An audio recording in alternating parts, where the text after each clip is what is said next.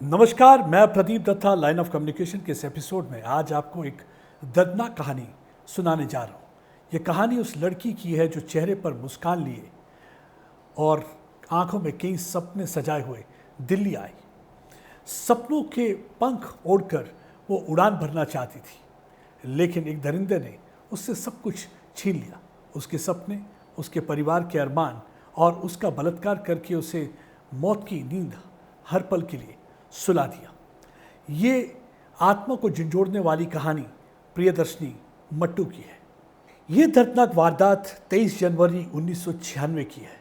अब आप सोच रहे होंगे कि मैं इतनी पुरानी बात आज आपको क्यों सुनाने जा रहा हूँ, क्योंकि इस कहानी में एक नया मोड़ ले लिया है। कुछ दिन पहले प्रियदर्शनी मट्टू के परिवार के सदस्य ने एक बार फिर से गुहार लगाई है। इस बार उन्होंने दिल्ली के होम मिनिस्टर आशीष सूद के दफ्तर का दरवाज़ा खटखटाया। वो आशीष सूद से मिलने गए और उन्हें गुहार लगाते हुए कहा कि संतोष सिंह जो अपराधी है इस केस में, उसकी सज़ा कम नहीं होनी चाहिए, क्योंकि अदालत ने पिछले दिनों कहा कि उसकी सज़ा को माफ़ किया जा सकता है अगर स्क्रीनिंग कमेटी जो है वो इस पे फिर से विचार विमर्श करे। उनका कहना है कि क्योंकि जो संतोष सिंह है उनके व्यवहार में काफ़ी बदलाव आया है, काफ़ी रिफॉर्म हुआ है, लेकिन परिवार का कहना है कि अगर उसकी सज़ा माफ़ की जाती है, यानी कि उसे सज़ा पूरी करने से पहले अगर छोड़ दिया जाता है, तो ये अपराधी को एम्बोल्डन करेगा, इनकरेज करेगा और कई ऐसे और अपराधी हैं जिनके हौसले बढ़ाएगा। और एक आम शख्स जो कि पिछले कई वर्षों से जस्टिस के लिए इंतज़ार कर रहा है, वो खासकर प्रियदर्शनी मट्टू का परिवार, उनके हौसले पूरी तरह से टूट जाएंगे और उन्हें कानून से विश्वास उठ जाएगा। इसलिए उनका कानून पर भरोसा बना रहना चाहिए और ऐसे लोगों को एम्बोल्डन और एनकरेज नहीं करना जो समाज के लिए खतरा है। क्योंकि रिफॉर्म की अगर आप बात करते हैं तो हमने पहले भी देखा कि किस तरीके से उसका व्यवहार रहा है। ऐसे शख्स को छोड़ देना मतलब है कि उस दोषी को आप छोड़ेंगे जो समाज के लिए खतरा है और उसके हौसले और कई और अपराधियों के हौसले आप बुलंद कर देंगे।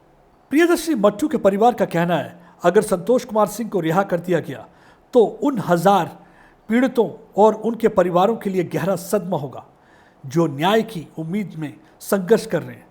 उनका कहना है कि इससे अपराधियों के हौसले बढ़ेंगे, तो इस वजह से वो चाहते हैं कि आशीष सूद इसमें फैसला करने से पहले ज़रूर इन बातों का ध्यान रखें और इंश्योर करें कि संतोष कुमार सिंह की सज़ा बिल्कुल कम ना हो और वो उम्र कैद की सज़ा में जो सलाखों के पीछे हैं वो सलाखों के पीछे ही रहें।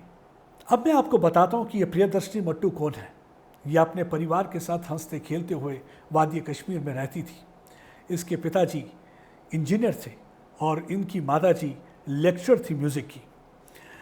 बहुत ही खुशनुमा परिवार था, सब कुछ ठीक चल रहा था, लेकिन कट्टरपंथी और आतंकवाद की वजह से 90 के दशक में कई कश्मीरी पंडितों के साथ इनके परिवार को भी पलायन करना पड़ा। 5 लाख के करीब कश्मीरी पंडितों को अपना घर बार छोड़ना पड़ा क्योंकि कश्मीरी पंडितों को टारगेट करके मारा जा रहा था। इस वजह से अपनी बच्चियों को लेकर अपने परिवार के साथ CL मट्टू, चुनीलाल मट्टू जो है जम्मू आ जाते हैं और तालाब तिलों में रहना लगते हैं।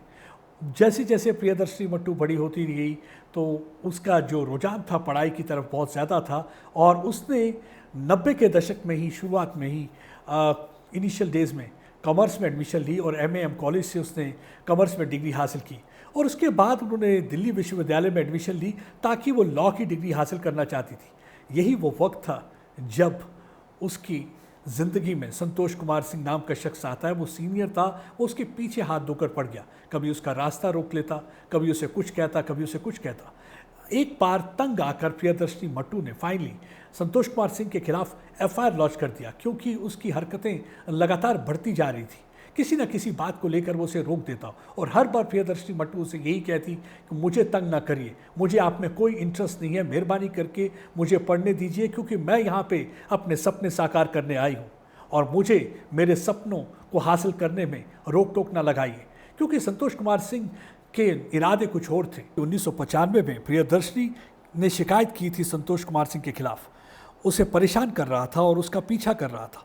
उस समय प्रियदर्शनी मट्टू को दिल्ली पुलिस ने एक गार्ड मुहैया कराया था, लेकिन उसके बावजूद वह प्रियदर्शनी को रोज़ पीछा करता रहता।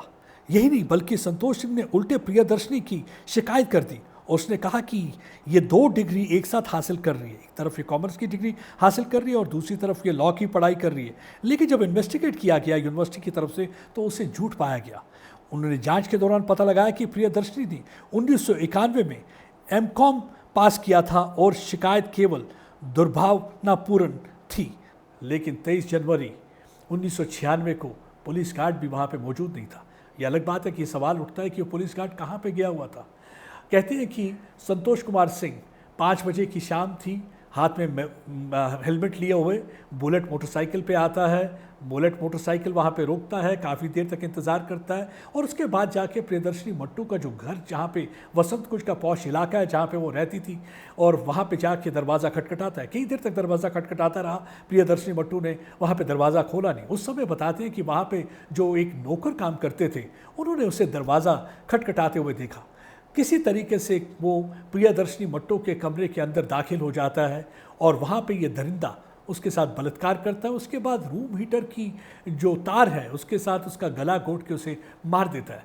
और जब वो वहाँ पे ज़मीन पर पड़ी हुई थी, उसके बाद वो जो हेलमेट थी उसके हाथ में, उस हेलमेट से उसके मुंह पर 14 से 15 बार वार करता है, जिससे उसका हुलिया पूरी तरह से बिगाड़ देता है। खून में लथपथ प्रियदर्शनी मट्टू वहीं पड़ी रहती है और वो वहाँ से भाग निकलने में कामयाब होता है। लेकिन संतोष कुमार सिंह कौन है?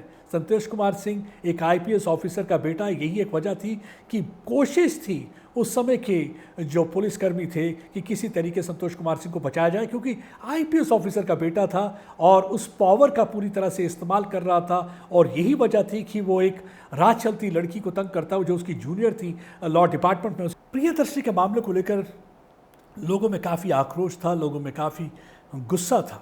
हर कोई ये सवाल पूछ रहा था कि कैसे ये घटना वसंत कुंज जैसे पॉश इलाके में हो जाती है। पुलिस कहाँ थी?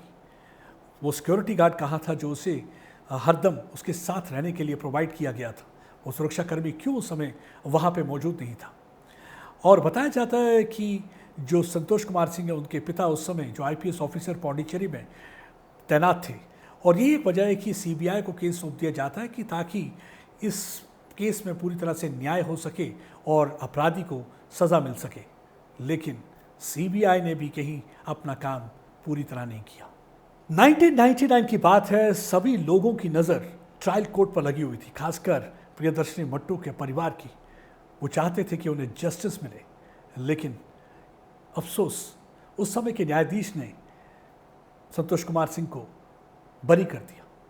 उन्होंने अपनी जजमेंट में एक बड़ी अजीब सी बात लिखी। उन्होंने कहा कि उन्हें पूरी तरह से मालूम है कि ये गुनाहगार है, लेकिन उसे बेनिफिट ऑफ डाउट देते हुए उनके पास कोई और वजह नहीं है, पर उन्हें रिहा करना पड़ेगा। बेनिफिट ऑफ डाउट इसलिए दिया गया क्योंकि उनके पास पूरा एविडेंस नहीं था। और इस फैसले की काफ़ी आलोचना हुई।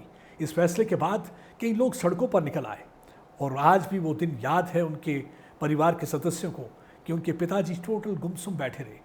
कहते हैं कि चुनीलाल मट्टू अपने उस तालाब तिलों के घर में पूरी तरह से उदास थे, क्योंकि उनके सामने सब कुछ टूट कर ढह गया था। तो आप खुद सोच सकते हैं उस माँ बाप के सीने पे किस किस्म से छुरियाँ चल रही होंगी, कितने आहत होंगे, कितना दुख होगा, कितने परेशान होंगे जब वो देखते होंगे कि एक शख्स जिसने बलात्कार किया है और उनकी बेटी का कत्ल किया है और खुलेआम घूम रहा है।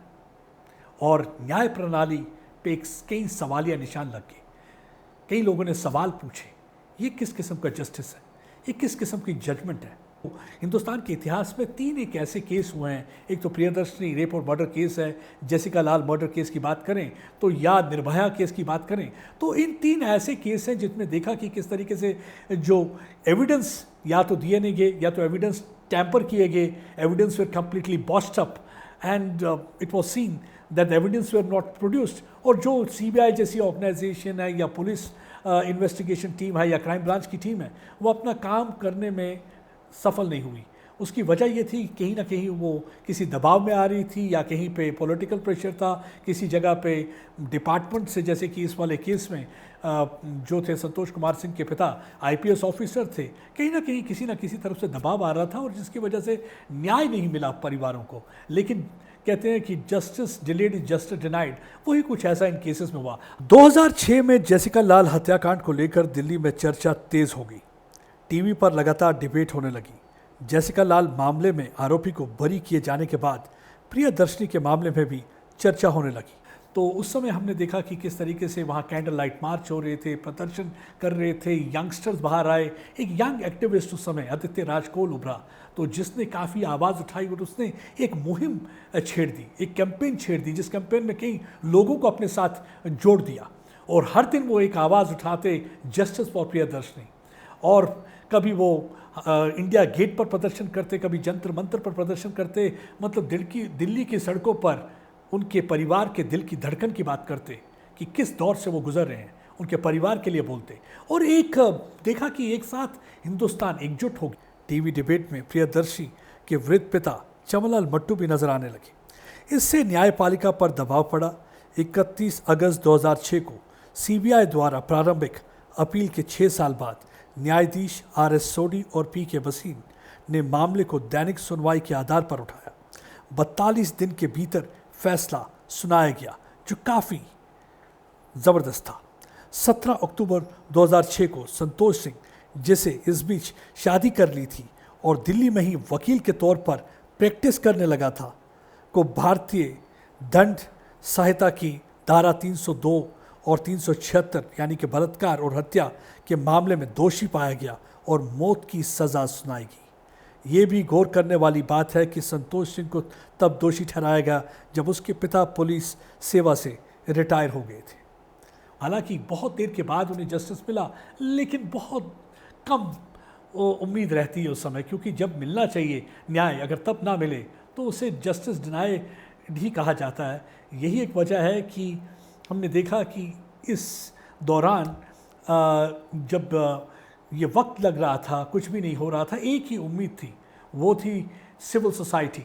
सिविल सोसाइटी जिस तरीके से सड़कों पर आ रही थी, उस पे उम्मीद टिकी हुई थी परिवार के सदस्यों को। उन्हें लगता था नहीं, भारत में अभी भी कुछ लोग हैं जो इंसाफ के लिए आवाज़ उठाते हैं और उनकी आवाज़ सुनी जाएगी, क्योंकि जब वो आवाज़ एक साथ उठाएंगे तो भारत जब एक साथ बोलेगा तो जो अदालत की दीवारें हैं उसे भी चीरती हुई आवाज़ जो है उस न्याय प्रणाली तक पहुंचेगी और वो भी ज़रूर न्याय करेंगे।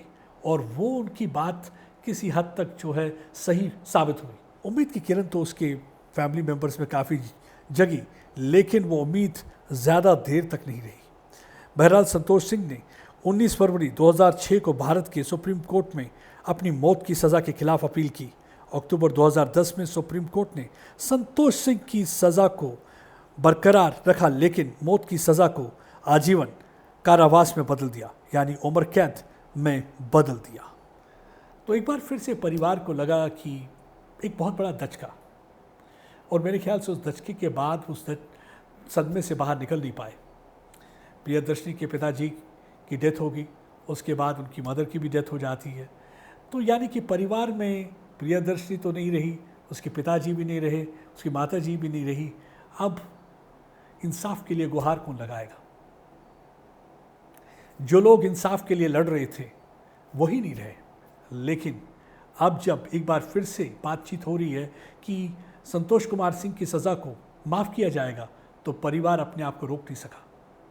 उन्होंने अब फिर से गुहार लगाई है, क्योंकि एक याचिका दी गई है संतोष कुमार सिंह की तरफ से कि संतोष कुमार सिंह की सज़ा माफ़ की जाए, क्योंकि काफ़ी उनके जो व्यवहार में सुधार आया है, काफ़ी रिफॉर्म हुआ है, काफ़ी अच्छा व्यवहार उन्होंने जेल के अंदर दिखाया है। उस चीज़ को मद्देनज़र रखते हुए उनकी सज़ा को माफ़ कर दिया जाना चाहिए। क्या सज़ा माफ़ करने से प्रियदर्शनी मट्टू वापस आएगी? क्या एक बार फिर से उनके हंसते खेलते परिवार को एक बार फिर से वैसा ही बनाया जाएगा? शायद नहीं। अब देखिए, ये तो आशीष सूद को डिसाइड करना है, जो कि होम मिनिस्टर हैं दिल्ली के, तो उन्हें डिसाइड करना है कि वो क्या फ़ैसला लेते हैं इसमें, because ball is in his court, he has to decide. But मैं ये कहूँगा कि कहीं ना कहीं जो वो दर्द है आज भी परिवार के सीने में है। आप खुद सोच सकते हैं कि एक शख्स जो बलात्कार करता है, जो मर्डर करता है, और अगर उसकी सज़ा माफ़ कर दी जाती है और एक बार फिर से वो दिल्ली की सड़कों पर एक आम शहरी की तरह घूमेगा, तो आप खुद समझ सकते हैं कि क्या होगा उस परिवार का जिन्होंने अपना लखते जिगर का टुकड़ा खोया, जिसके कई सपने थे। और ऐसा ही नहीं, आप देखिए कि कई बार ये पैरोल पर भी छूटता रहा है। संतोष कुमार सिंह। कभी ये कहकर कि उसे एलएलएम का एग्ज़ाम देना है, उसे पैरोल दे दिया गया, और कभी उसका पैरोल इस बात पे एक्सटेंड कर दिया गया कि संतोष कुमार सिंह की बीवी जो है वो प्रेग्नेंट है और वो उसे डॉक्टर को दिखाना है, उसके टेस्ट कराने हैं, तो कई बार उस चीज़ के लिए उसे एक्सटेंड कर दिया गया। लेकिन हर बार जब वो जेल से बाहर पैरोल पर आता तो परिवार पूरी तरह से हार जाता प्रियदर्शनी मट्टू का। लेकिन इस बार फिर से उनको उम्मीद है कि उनकी बात सुनी जाएगी, क्योंकि स्क्रीनिंग कमेटी ने जो पहले जिसके सामने गुहार लगाई गई थी, स्क्रीनिंग कमेटी ने रिजेक्ट कर दी थी माफ़ीनामे की अपील। तो लेकिन अब फिर से अदालत ने कहा है कि स्क्रीनिंग कमेटी उसे देखे, और स्क्रीनिंग कमेटी जो हेड करते हैं वो तो होम मिनिस्टर हैं दिल्ली के। अब देखते हैं दिल्ली के होम मिनिस्टर क्या फ़ैसला लेते हैं। लेकिन उनका जो हर फैसला है उस पे लोगों का विश्वास जो है बना हुआ है, क्योंकि लोगों को आज भी विश्वास है न्याय प्रणाली पे।